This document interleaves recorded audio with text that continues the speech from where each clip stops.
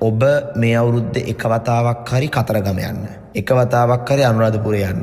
එක වතාවක් හරි යාපනයේ නාගදීපේ යන්න. එක වතාවක් හරි අම්පාරේ දීඝවාපි යන්න. එක වතාවක් හරි කැලණි යන්න.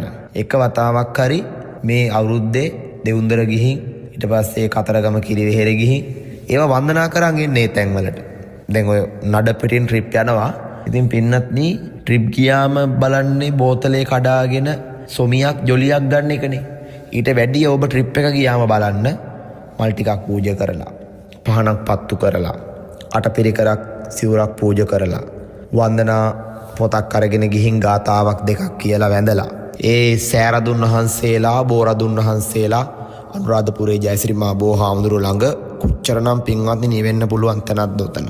එහෙම බලන්න.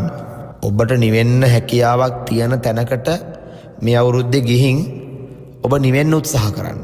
එතකොට පින්නත්නි මනස ආකුල ව්‍යාකූලව තබාගෙන කවදාකවත් අපිට මරණයට මුහුණ දෙන්න බෑ.